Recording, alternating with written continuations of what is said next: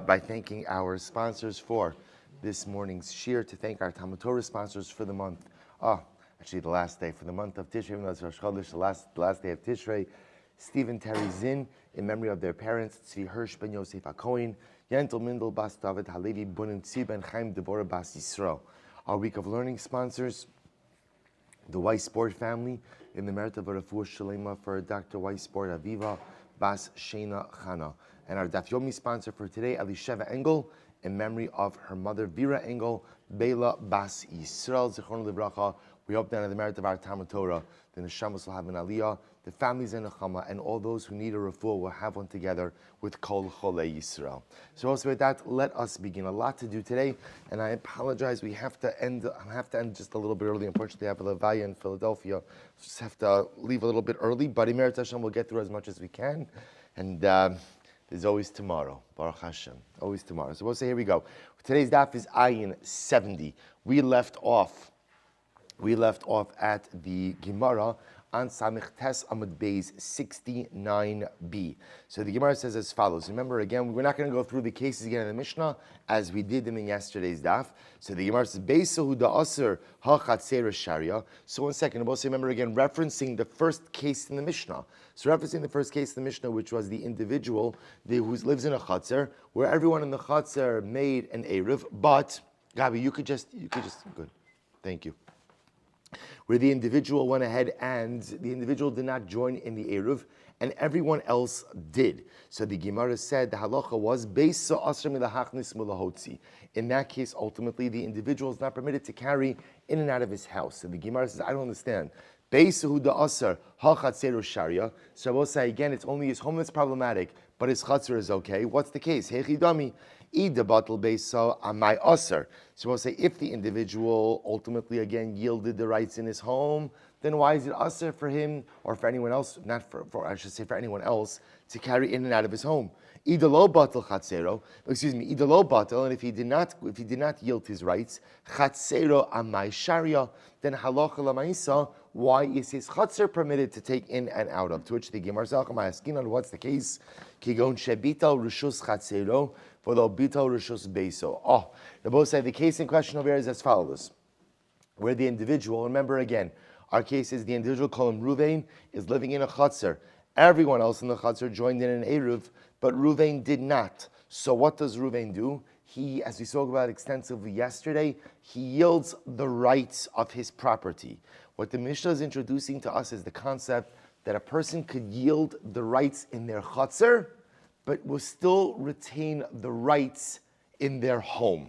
An incredible idea. So even though we normally link a home and a chatzer together, the Mishnah now is dividing those two real estate rights, that a person could yield his rights in his chatzer while retaining the rights in his home. So the Gemara says, "V'kasavi Rabbanan hamavato rishus chatzero rishus beiso lo bitel," because the rabbis hold that even when one yields the rights in his chatzer, he does not yield the rights in his home. Why? The dayer inish bebayis below chatzer, because they will say it's common for a person. Well, it might not be common, but it's possible for a person to live in a home without a chatzer. In other words, we'll say as much, and halacha kind of goes both ways on this, because sometimes you'll find that halacha indicates that there's no such thing as a home without a chatzer, but when push comes to shove, a person could retain rights in a home without retaining rights in a chatzer. The shalahen mutar.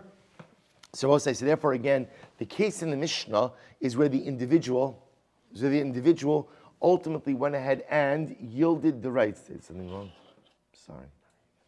Where the individual went ahead and yielded the rights in his chatzer, but retained the rights in his home. What does that do for our case? What that does for our case is it allows everyone else in the chatzer to carry in and out of the chatzer, because the individual Ruvain who didn't participate in the Eruv, it's as if he's not there. But Lamaisa, again, he still has his rights in his home. So listen to this, Rabbi. The Gemara says, however, the Gemara says, V'shalahen muter lo v'lahen. Rabbi says, this is fascinating. So the Mishnah says, in this case, Ruvain didn't participate in the Eruv. So what does he do? He yields his rights in the Chatzar to the other members of the Chatzar. The Mishnah then says, Ruvain cannot carry from his home into the Chatzar, but he can carry from the Chatzar to the homes of the other people, and from the other people's homes into the Chatzar. What's the pshat with that? My taima dahavi oreach legabayu. Because I say, interestingly enough, when Reuven yields his rights in the chutzner to the other members of the chutzner, he becomes like a guest of the other residents of the chutzner. So because of that, he is permitted to carry from their homes into the chutzner and from the chutzner into their homes. The only thing Reuven is not allowed to do is what? Carry from the chutzner into his home or from his home into the chutzner. Quite amazing. Next case in the Mishnah. Nasnu lo rishusan hu muter v'hein asurin. So we'll say second case in the Mishnah was same thing. Reuven didn't participate in the Eruv, but in this case, Rabbi say the other members of the chutzner all yield their rights to Reuven. So what's the halacha? Hu muter v'hein asurin. He is permitted. They're all asur. I've in a heavy inhu legabe ki archin. So I don't understand. Why don't we just treat the other members of the chutzner just like Reuven's guests? In other words, in the previous case, where everyone else made an Eruv, Reuven didn't participate, so Reuven is mevatel his rishus, and I will say, what's talacha? Although he cannot carry from his home into the chutzner, from the chutzner into his home, he can carry from everyone else's home into the chutzner, from the chutzner into their homes. Why? Because Reuven is reckoned as their guest. So why not say the reverse is also true? That when the other members of the chutzner yield their rights to Reuven, although they cannot go ahead and carry from their homes into the chutzner, from the chutzner to their homes, they should all be able to what? Carry from Reuven's home into the chutzner, and from the chutzner to Reuven's home. Let them be like Reuven's guest. To which the Gemara says, Chamisha havi oreach. Chad legabe chamisha havi oreach. Chamisha legabe chad lo havi oreach. We'll say, because one person could be a guest of 5 people. 5 people aren't the guest of one person. Shema mina, but what do you see from this? Mevatlin v'chozun mevatlin. I will say what you do see from this case in the Mishnah, it's actually quite interesting. The Gemara reads the Mishnah as like a progression. That first case 1 happens, then case 2 happens, and this is all happening on the same Shabbos, which would indicate that what? That on any given Shabbos, you could be mevatel your rishus, you could yield, take back, yield, take back. To which the Gemara says, no, hachi kamar, nasnu lo rishusan meikara, hu muter ve'ein asurin. To which the Gemara says, no, we'll say, the Mishnah doesn't mean to indicate that all of these cases are occurring on the same Shabbos. These are all separate and distinct cases. So Rabbi say, just so you appreciate, again, the way these halachos are building. Yesterday, I think we went extensively into the halachos of Bidul Rishus.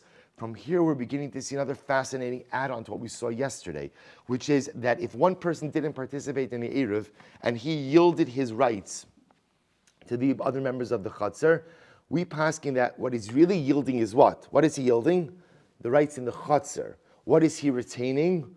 The rights in his home. So what that means practically is he cannot carry now from his home into the chutzner, from the chutzner into his home, but amazingly enough, he can carry from the chutzner to the other resident's home and from the other resident's home into the chutzner. Why? Because now once he yields his right in the chutzner, he's viewed as a guest of the other members of the chutzner. Good. The Gemara goes weiter. If there are 2 people who didn't participate in the Eruv, they prohibit one another. Pshita, isn't that obvious? But say, what's the case? The case is where one of the individuals went ahead and subsequently yielded his rights to his friend. So we'll say if there are 2 people who didn't participate in the Eruv, you might have thought that if one mevatels his rishus to the other, that therefore it should be permitted. Kamash malon, dechivun deba'idna debatel, lo havish sharyusa b'hai chatzer. So we'll say, listen to this. When you have 2 people who did not participate in the Eruv, Rabbi say that poses a problem. Why? Because Lamaisa, because they are 2, therefore Lamaisa, at the onset of Shabbos, neither of them had the ability to properly use the chutzner. So because neither of them had the ability to properly use the chutzner, therefore halacha Lamaisa, even a subsequent yielding of rights will not give either of them the ability to carry in that chutzner. Look at Rashi, we'll say for just a moment. Rashi says, Kamash malon, delo dami de'ilu hasam kol chad v'chad mevatale rishusei. Aval hacha, kevan deshar b'nei ha'chutzner lav lahai defayish l'chudei batli, el tarvayu, ki hader chad ubatas. We'll say, what is Rashi saying over here is as follows. If the members of the chutzner mevatel the rishus to one person, that works. But if the members of the chutzner are mevatel the rishus to 2 people, who did not join in the Eruv, that does not work. Because effectively, those 2 individuals prohibit upon each other. So because they prohibit upon each other, therefore the yielding of the Bnei HaChatzar to those two people will not work. She'echad nosin rishus. So the Gemara says, the Mishnah said, for one person has the ability to yield his rights. Hasulamli. So we'll say, why do I need this extra phrase? I nosin tanina. If you want to tell me that one person could yield his rights, we already learned that. I notel tanina. And if you want to say that one person could receive rights from someone else, we learned that as well. To which the Gemara says, Seifa Shrichale, I need the last part of the Mishnah, Shnayim Nostin Rishos, that two people have the ability to yield their rights. Hanami Pshita, but that's also obvious. Ma'udutema, what would you have thought? Top of Ayin, Ligzar Dilma Asi Levatule Lahu. So I say, you might have thought as follows. Two people could yield rights. Two people can't receive rights. So we'll say, just to clarify this, why can't two people receive rights? So we'll say, listen to this. Remember, let's go back to our first case. Everyone in the Chatzar, we all live in one Chatzar. All of you participated in the Eruv except for me. So I'll say, now I'm stuck. So what does the Mishnah say? What can everybody do? Everyone, all of you, could yield your rights to me. Now, both say, what happens if you all yield your rights to me? That makes the Chatzar belonging to one person. So what could everyone do? Everyone could carry from my home into the Chatzar. Can't carry from their homes, they're carrying them from my home into the Chatzar. So we'll say, that's everyone yields their rights. So we'll say, what you can't do is, the whole Chatzar can't yield their rights to two people. Because if two people, let's say Reuven and Shimon didn't participate in the Eruv, the rest of the members of the Chatzar yield their rights to Reuven and Shimon. What happens then, Abosai? See, the problem is now Reuven and Shimon both own the rights. What's the problem? But Reuven and Shimon themselves aser one another. So it's very nice that they receive the rights from everyone else, but Lamaisa, they prohibit one upon the other. So therefore, the act of yielding rights to two people who themselves did not participate in the Eruv accomplishes absolutely nothing. So the Mishnah teaches me, however, two people who did not participate in the Eruv can yield their rights to everyone else. What's the Chiddush? The Chiddush is like this. I might have thought that we shouldn't let two people yield their rights, lest what? Lest the Bnei Chatzar come to cede their rights to the two. Kamash, well, we're not worried about that. So two people could yield rights even though two people can't receive rights. Top of Ayin.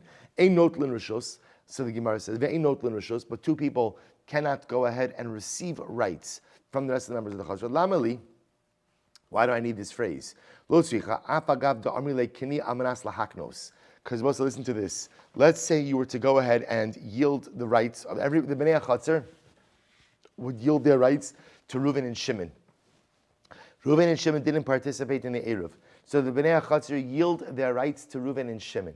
But let's say, we'll say, watch this. Let's say when they yield their rights to Reuven and Shimon, they say, Reuven and Shimon were yielding these rights on the condition that Reuven, you subsequently yield your acquired rights to Shimon. Which I will say then at the end of the day makes the Chatzar the property of one person. I might have thought that this works, to which the Gemara says, no, it doesn't work. Even though you make this stipulation, it still doesn't work to yield to two people. Incredible. So, let's listen to this interesting case. Let's listen to this. 5 people live in one Chatzar.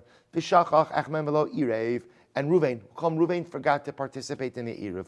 So we'll say, so again, we'll say, now you're all bekim in this. This is very easy. What happens when one person forgets to go ahead and participate in the Eruv? How do you rectify that situation? Yield the rishos. See it. Just give up your rights. We'll say, and by the way, I just want to point out, somebody, I think I was talking with Menachem about this yesterday, or someone after Mincha, right before Marib yesterday. Remember, just to be clear, when you yield your rights, what does that mean? What can't you do? You can't carry. Right? It doesn't mean you don't have access. This is very important. So when Reuven forgets to participate in the Eruv, so in order not to mess, so right now his non-participation is messing over everyone else. So the only way to salvage carrying for everyone else is how yield your rights in your Chatzar. All that means is Reuven can't carry into the Chatzar. Reuven can go in and out of the Chatzar, that's not a problem, he just can't carry. So isn't this interesting shaila? So Reuven didn't participate in the Eruv, he's going to yield his rights. So what's the shaila? Listen to the shaila. So we'll say, now there are 5 people in the Chatzar. Reuven, Shimon, Levi, Yehuda, Yisachar. Reuven forgot to participate. He's going to yield his rights. So we'll say, what's the shaila? Does he have to yield his rights to every member of the Chatzar? Or is it enough to what? To what? Yield it to one. I yielded to one on behalf of the Bnei HaChatzar. So the Gemara says, Amrlei. So this is Abai asking Rabba. Rabba says, Rabba says, no, you have to yield to every member of the Chatzar. It's not enough to yield to one, you have to yield to every single member of the Chatzar. You're supposed to listen to this. The Brisa now here is going to go through a series of cases, like 7-8 cases. We're going to analyze each of them separately. Only one of these cases is actually being brought as part of this discussion. So here we go. Echad shelo irev, no sin reshus le'echad shirev. Supposed to say someone who didn't participate in the Eruv could yield his rights in the Chatzar to someone who did participate in the Eruv. Shnaim she'erevu, no sin reshus le'echad shelo irev. Similarly, two people who did participate in the Eruv could yield their rights to one person who did not participate in the Eruv. Ushnayim shelo irvu, two people who didn't participate in an Eruv. No sin reshus le'shnaim she'erevu, could yield their rights to two other people who did participate in the Eruv, Oli echad shelo Eruv. Or they could yield their rights to one person who did not participate in the Eruv. Aval, lo echad she'erev, no sin reshus lo echad shelo Eruv. Rabbi says someone who did not participate in the Eruv cannot yield his rights to someone else who did not participate. That's the case that we saw before. Because remember, again, Rabbi say those two people asra upon each other. We'll explain this in just a moment. Vein shnayim she'ervu, no sin reshus lo shnayim shelo Eruv. Similarly, two people who did not participate in the Eruv cannot yield their rights to another two people who did not participate in the Eruv. Ve'ein shnayim shelo irvu, no sin reshusan lishnayim shelo irvu. And we'll say similarly, two people who did not participate in the Eruv cannot yield their rights to another two people who didn't participate in the Eruv. Now, we'll say, now again, the only reason we're bringing this up is because of the first case. Katani mihas reisha, echad shelo irev, no sin reshusa le'echad she'irev. Rabbi say, what was the first case out of these seven? What was the first case? Someone who did not participate in the Eruv could yield his rights to someone who did participate in the Eruv. Now, Rabbi say, now watch this. If you're yielding your rights to someone who did participate in the Eruv, what does that automatically tell you? How many people are part of this narrative? At least 3, right? Because remember again, if I'm yielding my rights to someone who participated in the Eruv, that must mean that what? There's at least one other person. It's a total of 3 people, right? Because also, again, remember, to yield my rights to someone who participated in an Eruv, that means that person is making an Eruv with someone. So therefore, again, when the first case says that Reuven who didn't participate in the Eruv, could yield his rights to Shimon, who did participate in the Eruv, means that what? There's at least what? There's at least a Levi in this equation. But what do you see? What do you see? The Gemara says, Hey chidami, idaleka achina bahadei bahadi man arif. So we'll say, if Lamaisa is not a third person, so who did Shimon make an Eruv with? Elapshita deika achina bahadei. Rather, it must be that what? That there's at least, right, a Levi as well, that if Reuven is yielding his rights to Shimon, there's at least got to be one other guy, a Levi in the Chatzar. And what do you see from here? V'katani le'echad she'irev. And Rabbi say the Brisa says that what? That when Reuven wants to yield his rights in the Chatzar, he could yield it to Shimon. But he need not what? He need not what? Do it to Levi as well. Which Abai says teaches you that, what Rabbi say? When you want to yield your rights in the Chatzar, you need not yield your rights to every member of the Chatzar. All you need to do is yield it to one member of the Chatzar. He represents the group, and that's all. So we'll say, fundamental machlokes Abai and Rabba. So Rabba says that no, when you yield your rights, you have to go ahead and yield it to every single member of the Chatzar. Rabba seemingly proving that you don't have to do that for Rabba. Rabba will say, no, I'm sorry, just the opposite. Rabba says you have to yield to every member of the Chatzar. Abai seems to bring a proof that you don't have to. Rabba will say, Rabba, what's the case here? Dahava umis. We'll say, no, the case is where there were 3 guys in the Chatzar. There were 3 guys in the Chatzar. Reuven, Shimon, and Levi. Shimon and Levi joined in an Eruv together. Reuven didn't. Reuven now is yielding his rights to Shimon. Why doesn't he have to yield his rights to Levi as well? Simply, Baruch Ta'an Emes, Levi is dead. So because Levi is dead, that's why Reuven doesn't have to yield his rights to him. So the Gemara says, Skinon, Dahava Umis. Twitching us 1 second. Dahava Umis, if that's how you're setting up this case, that there was a third person, but he died, Ema Seifa, look at the end of the Brayz. Aval ein echad she'irev, No sin Rishuso Shle'echad Shelo Irev. Then we'll say, what do we say? That's someone who did not join in the Eruv. Ein Echad She'irev. Someone who joined in the Eruv cannot go ahead and yield his Rishus to someone who didn't make an Eruv. V'ida hava umis. But if you're setting up the case where ultimately there were three people, and Levi, the third individual, died, amai lo, we'll say, why can't the person who made an Eruv, why can't the person who made an Eruv go ahead and yield his rights to the person who didn't make the Eruv? Why not? Elapshita di'isei. Rather, I will say, mostly that the Seifa case is talking about where there were three people who were all alive. Umid the Seifa isei, and if the Seifa is talking about three cases, a case of three people who are alive, Reisha nami isei. The Reisha must also be talking about a case where there are three people who are alive. And therefore, I will say the Reisha case would be that when Ruvain, who didn't participate in the Eruv, wants to yield his rights to Shimon, even though, again, he only needs to yield his rights to Shimon and doesn't have to yield his rights to Levi, which would support Abaye and pose a kasha to Rabbah. To which the Gemara says, Mide Iria, Hakidisa, Vahakidisa. But the other possibility is each case of the Bryce is different. Just because the case of the Reisha is talking about a case where maybe there were three people, one died. In other words, we'll say, essentially what the Gemara is saying is each of the cases mentioned could be governed by a different set of circumstances. Teda, after all, Diktani Seifa, look at the end of this price. Diktani Seifa de Reisha, Ushnaim Shalo Irvu, Nostin Rishusan Lishnaim She'irvu. That I will say ultimately two people who did not join in an Eruv could go ahead and yield their rights to two people who did make an Eruv. To which the Gemara says, L'shnayim in, la'echad lo. So it seems to indicate that in order to yield rights, you could only yield your rights to two people, but not to one, which would seem to indicate, like Rabbah, that when you yield rights, you have to yield rights to all the members of the Chatzar. To which the Gemara says, L'shnayim in, la'echad lo. Abaye Amar Abaye would say, my lebeis, what does it mean to both? La'echad mi beis. It doesn't mean to both, rather it means you could yield your rights to one of the two. Ihachi, listening la'echad she'irev or la'echad shelo irev. If that's the case, then why don't you state that more explicitly? To which the Gemara says kasha. That's a good kasha.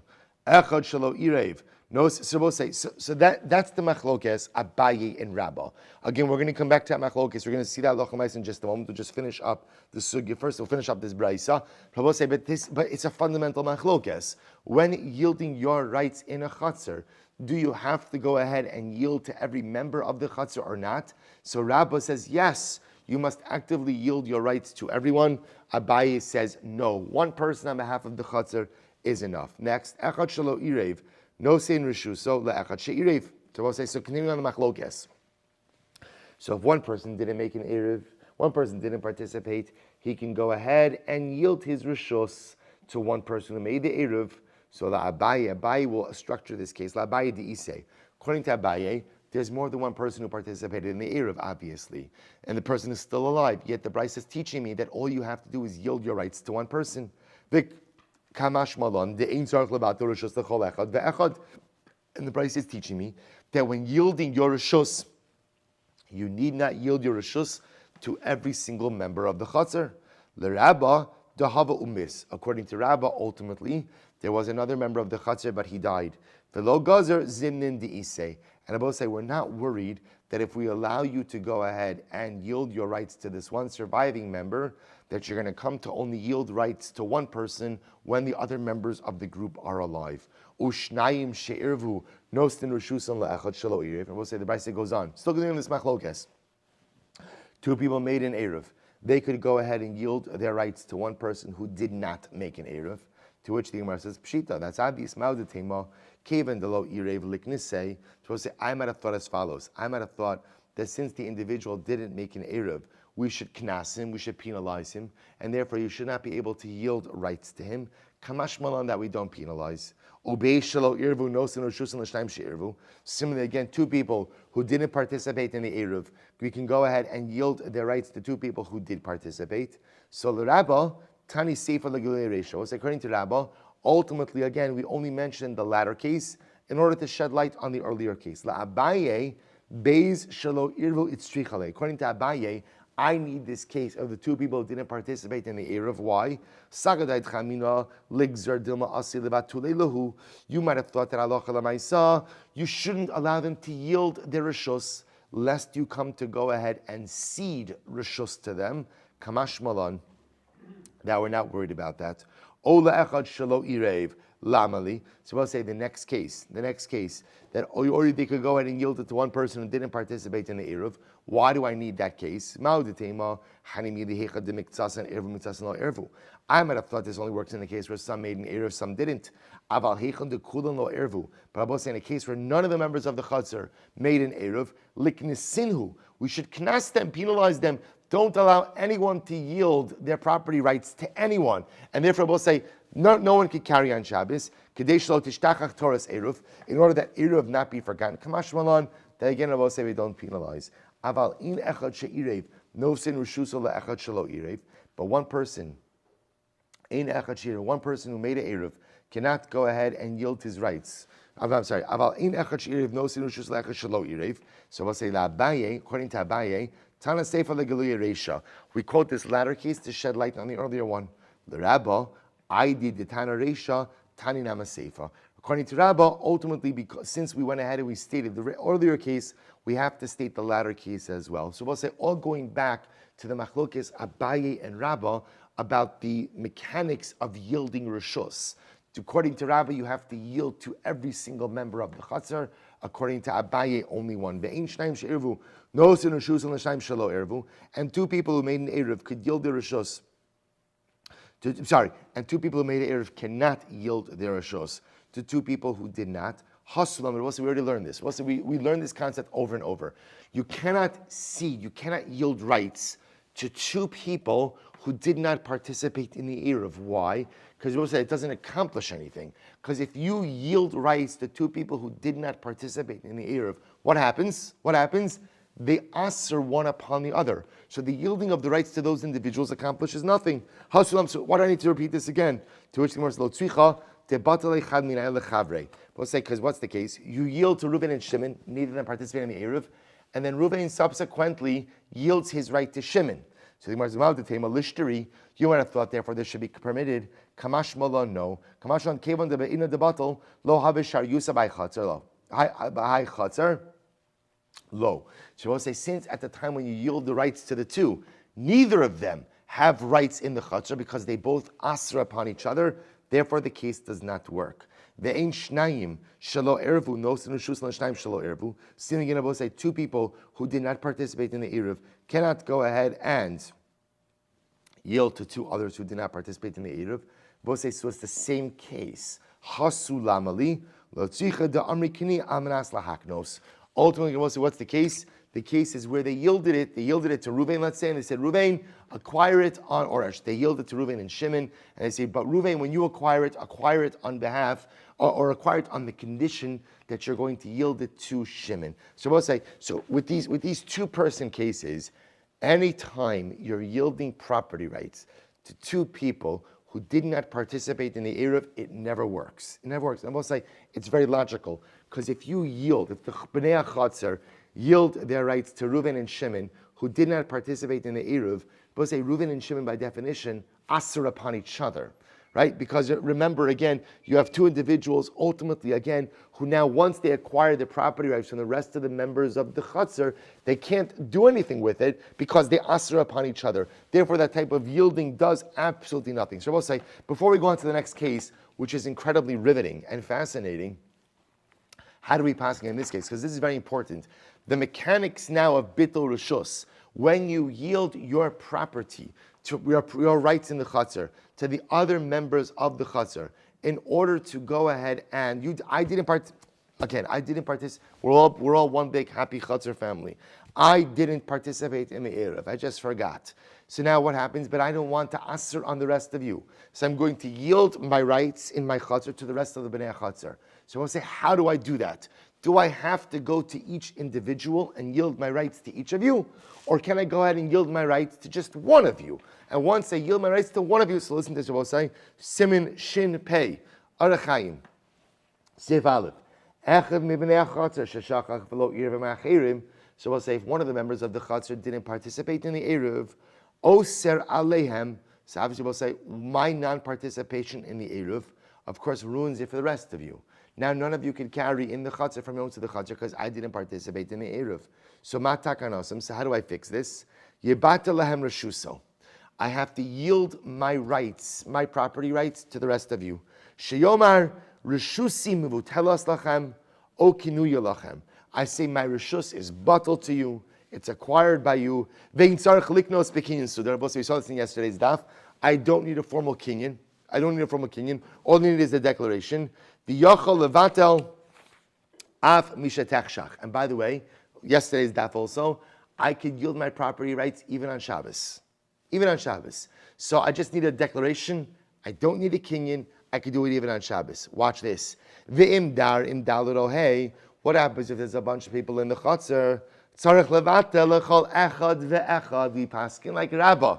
You have to yield your property rights to every single member of the chutzner. V'sheyomar reshusi mevutelas lecha ulecha. However, v'yesh omrim shedai sheyomar reshusi mevutelas lekulchem. So it's interesting that the Shulchan Aruch gives that potential caveat. He says that halacha l'maisa, maybe you could just make a plural declaration. So ideally, you want to be mavat, you want to yield your property rights to every single person individually. But if you make a collective statement, Rishusi mevutelas lekulchem, my property is hereby yielded to all of you, collective statement, some say that works. And bita rishusa stam lo bita rishusa sheisha b'chatzer. So we'll say furthermore, if I just stam mevatel my rishus, what am I yielding my rights to? We'll say very important. When I yield my rights, what am I yielding my rights to? The chatzer. Hilchach heimur tam lohotzi mibateim lechatzer v'gam hu shuorech ba'alma aval asur lohotzi mibeso lechatzer v'gam hu. So let's listen to this. Saloch lamaisa. When I yield my rights I'm only yielding my rights in my chatzer. So we pass like the Rabbanon, which means what? The Rabbanon divide between the rights in your home and the rights in your chatzer. When you cede your rights for Erev purposes, what are you ceding? What are you yielding? What are you giving up? You are giving up the rights in your chatzer. What are you retaining? What are you retaining? The rights in your home. And furthermore, the Shulchan Aruch goes on and says, when you yield your rights, Rabbosai, that means you cannot carry from your home to the chatzer, from the chatzer to your home, but where can you carry? You can carry from the homes of the other residents into the chatzer, and from the chatzer into their homes. Why? Because you are like their guests. Rabbi say a number of very important pieces of halacha l'maisa. Number one, all that's needed for yielding rights is a declaration. Number two, no kinyan. Number three, you could even do it on Shabbos. Number four, when you yield rights, you only yield rights in your chutzner, not in your home. Number six, you should really ideally go ahead and yield those rights to every single individual. Number seven, if you went ahead and you made a collective statement, the kulchem, apparently that appears to work. Number eight, although you cannot carry from your home to the chatzar, from the chatzar to your home, you can carry from the home to the chatzar, from the chatzar to the other residents, because you are like their guest. That's the halacha l'maisa. Good, I'll say weiter. Now we come to another incredible case, quite fascinating. Boy minei, I'll say last line, ayin amud aleph. Boy minei Rav Merav Nachman, Yoresh, supposed to listen to this interesting case. Here's the case. Yaakov owned property. Oh, let's keep it easy. Avram owned property. Supposed to say what happened? Before Shabbos, Avram forgot to join in an Eruv. He didn't join in an Eruv. So what? He lives in a Chatzar. He forgot to join an Eruv. Avram dies on Shabbos. Yitzchak, his son, is his Yoresh. Yitzchak, his son, is supposed to say, so now what happens? So Avram didn't join in an Erev, nor did he yield his property to the other members of the Chatzar. Avram dies. Yitzchak effectively inherits the property on Shabbos. So what's the shaila? Can Yitzchak be mevatel his newly inherited property on Shabbos? That's the shaila. Amud Beis, or I'll say Amud Beis. So let's analyze this. Heicha di boy le'eruvin me'esmol matzi me'arev betuli nami matzi mevatel. So I'll say, do we say that Rabbi say essentially, Bittul Rishus is the other side of the coin of Eruv. In other words, we'll say that when can you yield your property rights?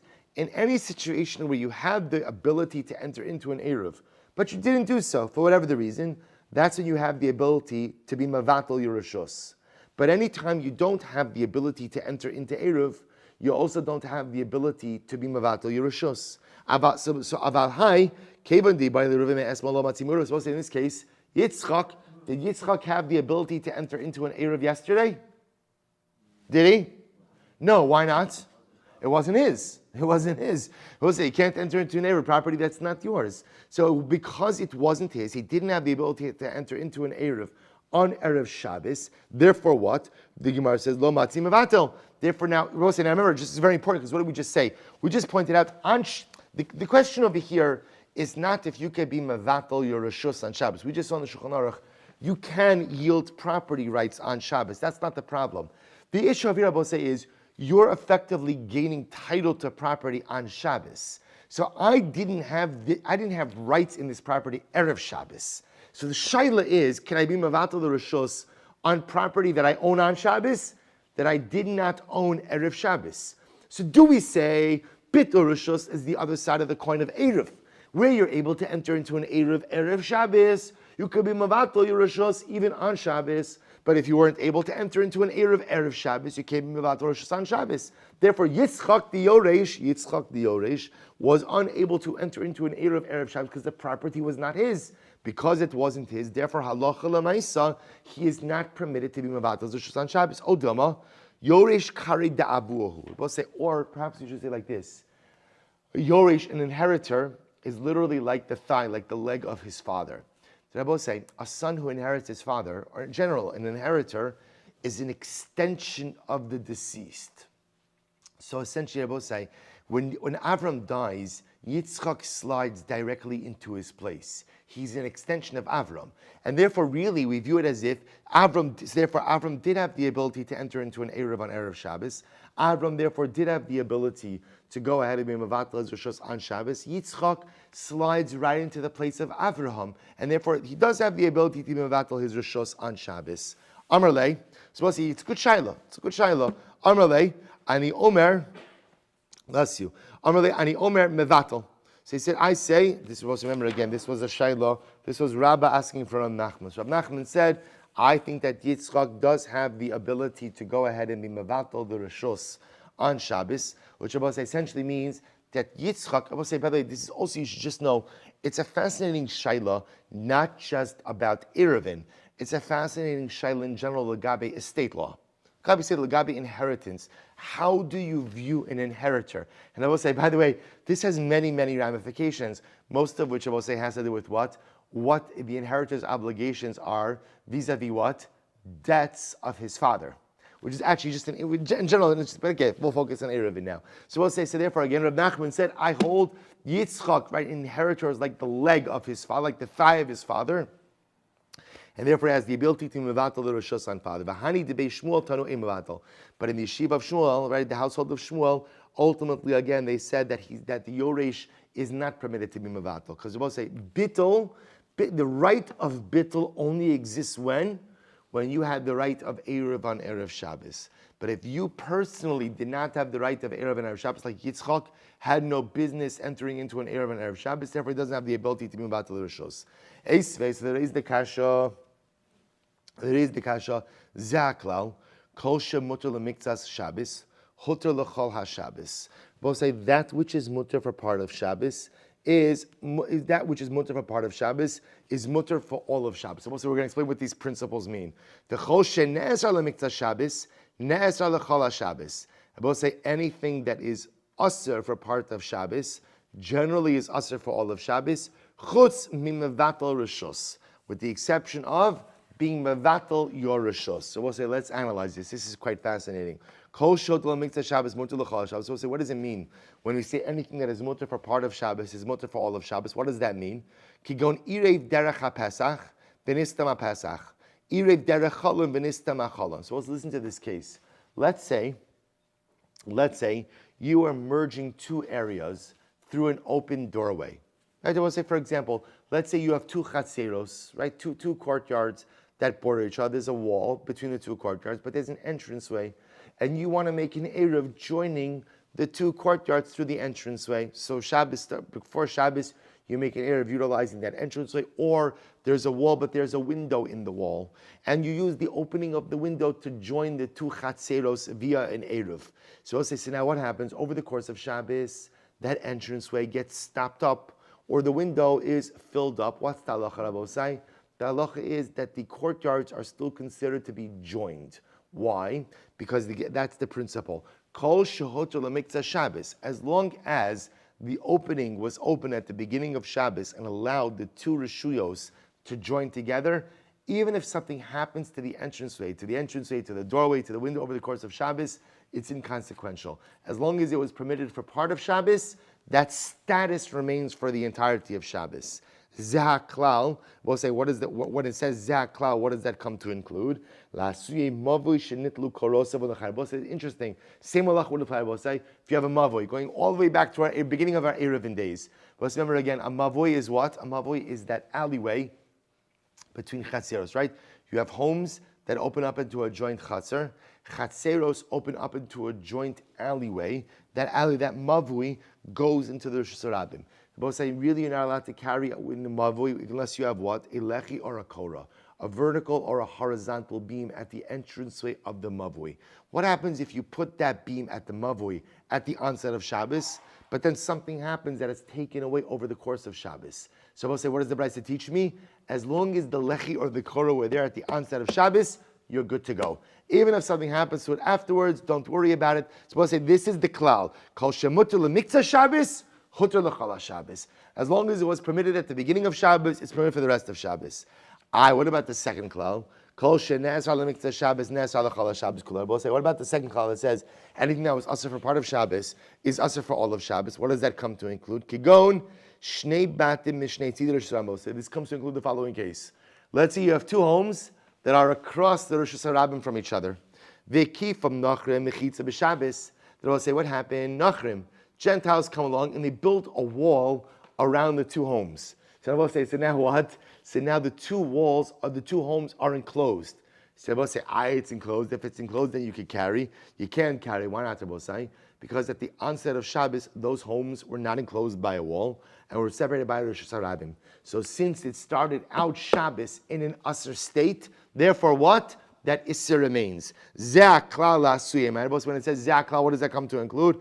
La'asuye meis nachri b'Shabbos. So we'll say, watch this. If you have a nachri in your chutzner, so remember again, if you have a nachri in your chutzner, what do you have to do? You have to lease his rights. Let's say you didn't. So we'll say, what happens if you don't lease the rights of the nachri? Then what? You can't carry in the chutzner. What happens? Baruch Ta'ala, the nachri dies. It doesn't matter. Once you started Shabbos in a state of Isser, that Isser remains. Vikatani. And I both say, but what do we say? What's the exception to this rule? So we'll say in general, if you start out Shabbos in a state of Isser, then what? What's the general klal?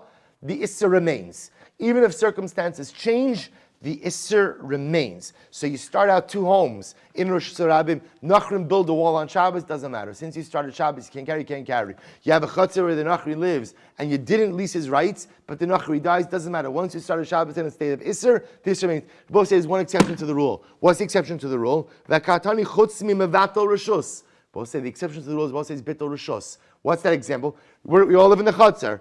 I didn't participate in the Eruv. And before, I just did this in the Eruv. And now it's Shabbos. What can I do on Shabbos? Or both say, what can I do on Shabbos? I can yield my rights in the chutzner to you. This is the exception to the rule. Even though now when Shabbos starts, none of us are permitted to carry in the chutzner. On Shabbos, I can yield my rights to you. It's the one exception to the rule. Whereas normally we say, if you start Shabbos in a state of Isser, that Isser remains. The one exception to the rule is bittul reshus. Even though at the onset of Shabbos, none of us can carry in the chutzner, on Shabbos, I can yield my rights to you, and now all of you can carry unrestricted. I can carry with limitations, not from my home to the chutzner, but from your home to the chutzner. So we'll say, but what do you see from here? Who's permitted to be mevatel reshus? Ihu in yoresh lo. But we'll say, who's permitted to be? The Gemara is being medayik. Who can be mevatel reshus? Only the owner, only the real owner. But someone who inherits property on Shabbos cannot yield their rights. To which the Gemara says, well, maybe not. Ema chutz mitoras bittul reshus. Rabbi say maybe what it means is that the exception to this rule is Toras bittul reshus, that the laws of bittul reshus apply on Shabbos. The laws of bittul reshus go against this principle. Whereas the principle normally says anything that is asr at the onset of Shabbos, what? What? Remains asr. Bittul Rishus is the exception. So first at glance we say, oh, who does it mean? It means the person who owned the property at the onset of Shabbos, he has the ability to be Mevatel Rishus on Shabbos, but a Yoresh cannot. Maybe that's not what it means. Maybe it just means that the concept of Bittul Rishus applies on Shabbos, but it could apply to the original owner or it could apply to the Yoresh as well. Therefore, I will say, we're still back at the same place. So the fundamental machlokes that the Gemara is dealing with over Rabosai is what? Is halacha lemaisa. If Avraham dies on Shabbos and Avram didn't participate in the Eruv and Avram did not yield his rights in his chutzner, now what happens? Avram dies on Shabbos, Yitzchak inherits his rights. So can Yitzchak yield rights on Shabbos? Fundamental machlokes. So Rav Nachman saying yes, the yeshiva, the students of the Beis Shmuel saying no. We'll end off with that machlokes. And Mirat Hashem, we will resolve it b'shatol u'mitzlachos tomorrow. Shkayach Abosai. Shkayach. A good chodesh. Just a reminder again, Daf tomorrow, Mirat Hashem, 5:45 a.m. Shachris 6:30. A good chodesh.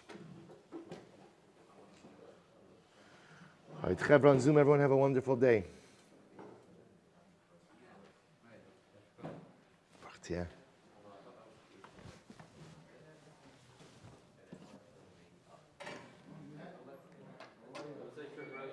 Thank you, Gabi. Thank you.